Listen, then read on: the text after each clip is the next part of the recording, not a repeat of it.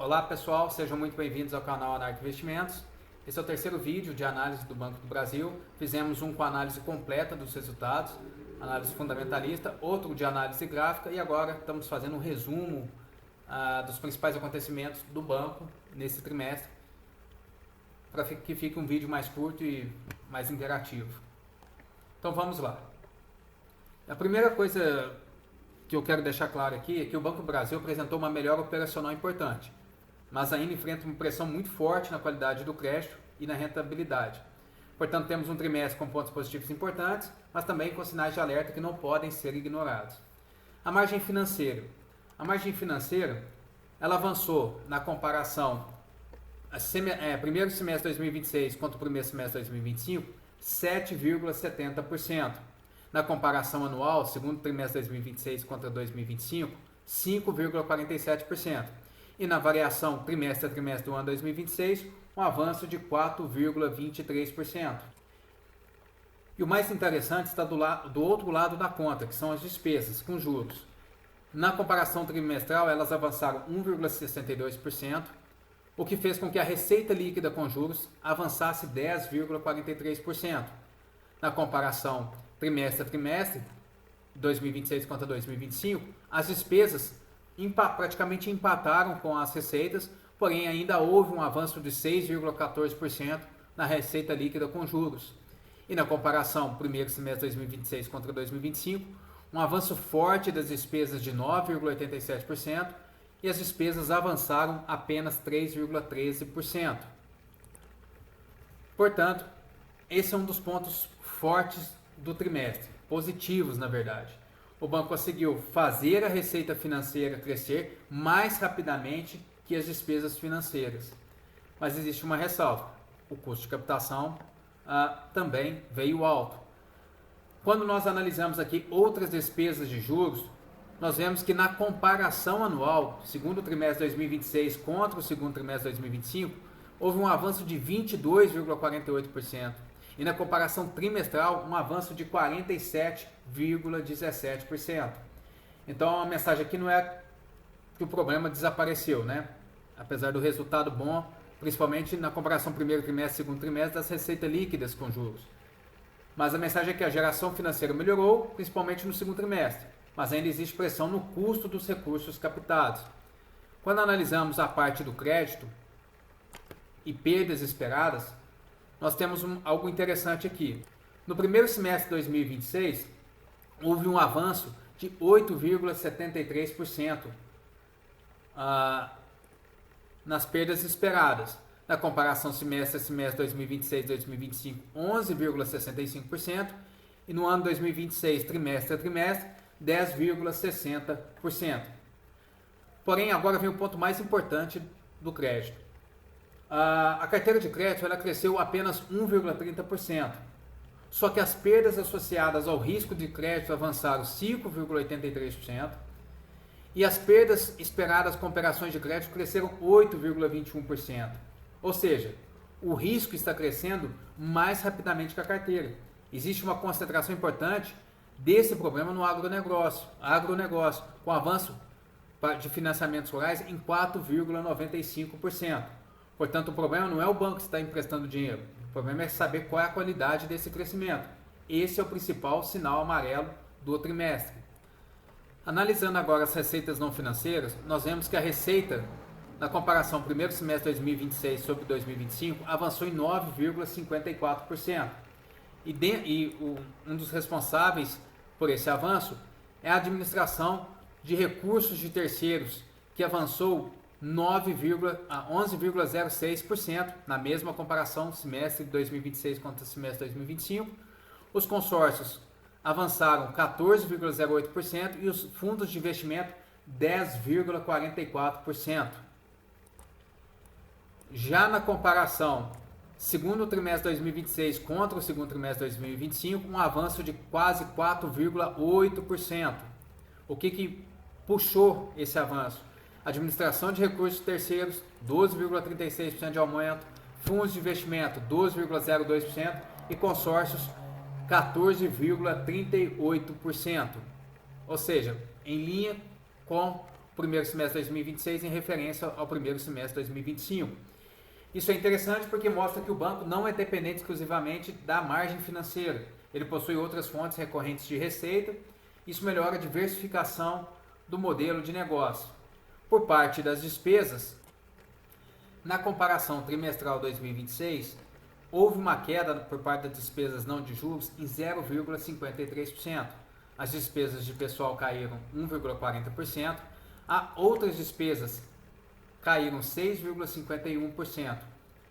Como consequência, a receita total cresceu 2,67%, enquanto as despesas não financeiras recuaram, e isso produziu uma forte alavancagem operacional.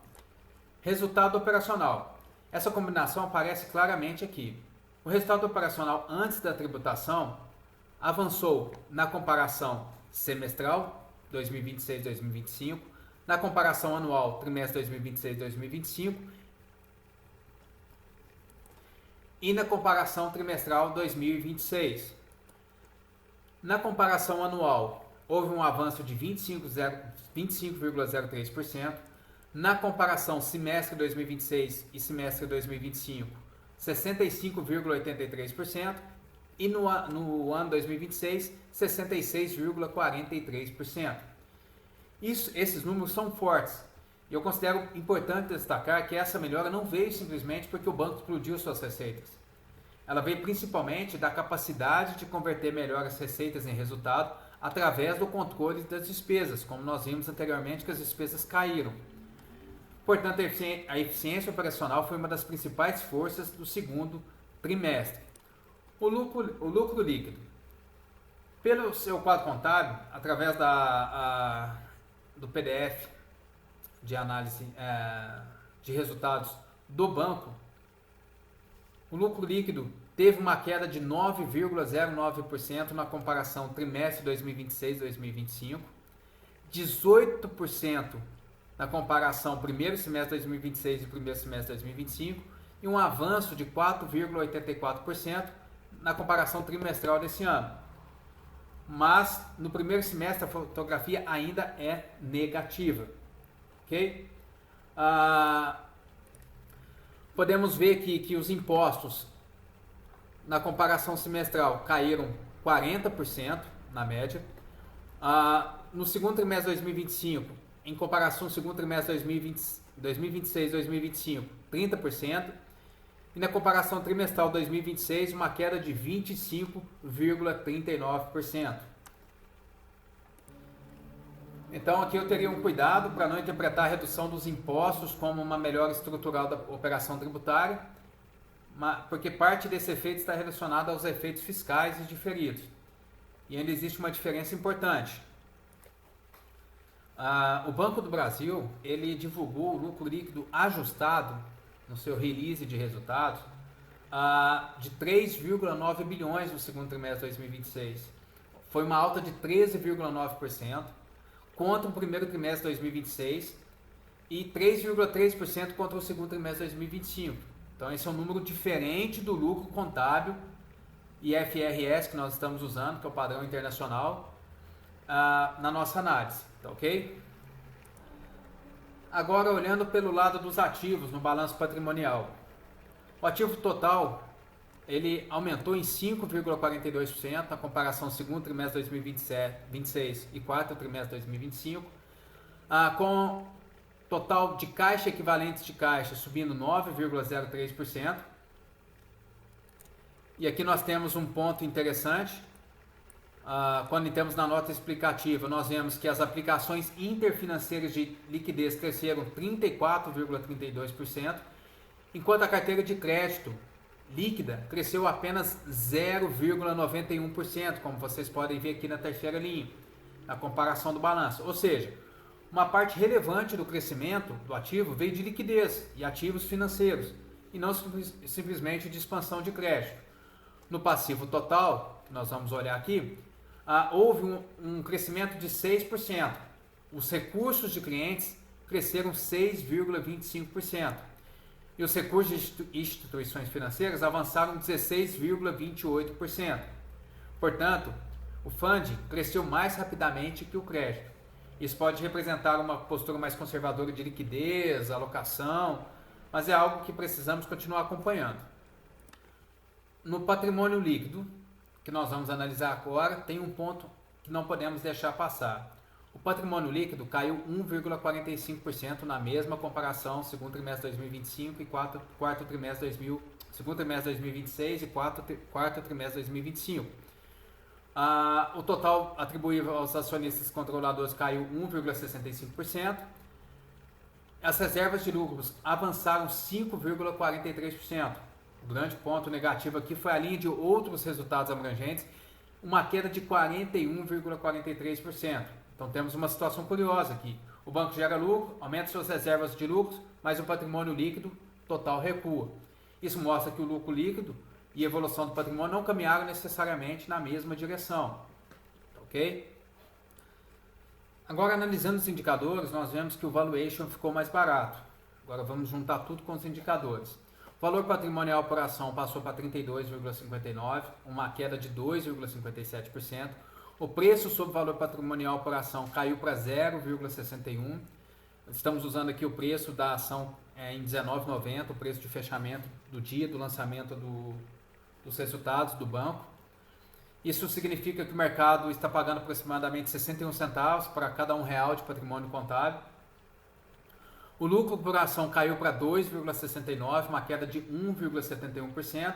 E o preço sobre lucro por ação caiu para 7,39, uma queda de 11,97%. Então, olhando exclusivamente para o valuation, o Banco do Brasil ficou mais barato durante o trimestre. Mas aqui está o ponto fundamental. Um banco negociar abaixo do patrimônio não significa automaticamente que ele está barato, né? Pode significar também que o mercado está exigindo desconto porque a rentabilidade futura está sendo questionada. E quando a gente olha esses números e vai para rentabilidade e eficiência, nós temos aqui esses indicadores de retorno que reforçam essa necessidade de cautela. Por quê?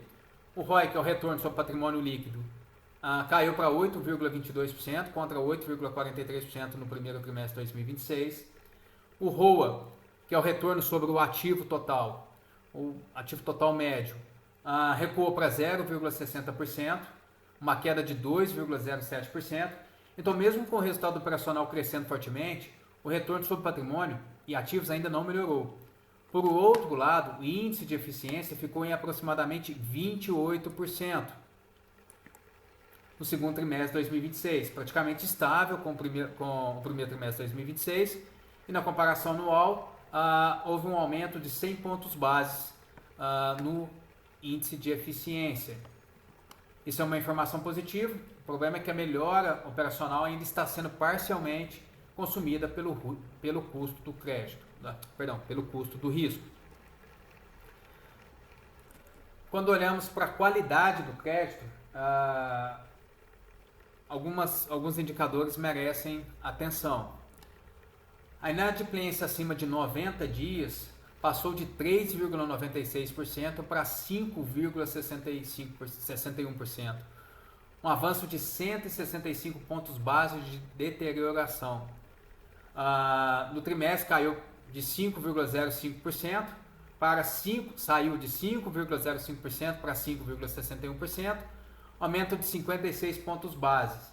Ao mesmo tempo, a cobertura de 90 dias caiu de 183,16% para 148,45% na comparação anual. Portanto, temos uma combinação que merece atenção: inadimplência subindo e cobertura caindo. O custo do crédito, entretanto, apresentou uma pequena melhora na comparação trimestral. A provisão ficou em aproximadamente 2,1% acima esse segundo trimestre de 2026 em relação ao primeiro trimestre de 2026, saindo de 18,8 bilhões para 18,4 bilhões. Então, uma queda de aproximadamente 2,1%. Mas contra o segundo trimestre de 2025, cresceu aproximadamente 16,15% o custo do crédito, né? Então, não podemos olhar somente para a queda trimestral, né? Precisamos olhar a tendência anual e ela ainda mostra pressão relevante. Na questão do capital e solvência, aqui eu não vejo nenhum problema imediato. quando olhamos para a capitalização, a situação é bem mais confortável. O índice de Basileia atingiu 13,91% contra 14,23% no primeiro trimestre. O índice de capital principal ficou em 11,27% contra 11,59%. Então houve uma redução de aproximadamente 32 pontos base em ambos os indicadores no trimestre, mas os níveis permanecem adequados. Portanto, nesse momento eu não considero a capitalização principal o principal problema da tese. O problema está muito mais na capacidade do banco de controlar o risco de crédito e transformar crescimento operacional em crescimento sustentável do lucro. Agora, olhando para o método de Décio-Bazin, o que o preço está dizendo, né? Hoje, quando mais cedo estava para gravar, o preço de tela é R$ 18,43, ok? Então,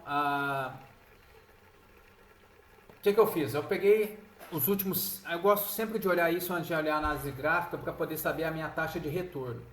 Então, se eu pegar os dividendos dos últimos 5 anos, 2025 para trás do banco, ele pagou R$ 9,28 por ação, que me dá uma média de 1,86 centavos por ação nos últimos 5 anos, uma média anual.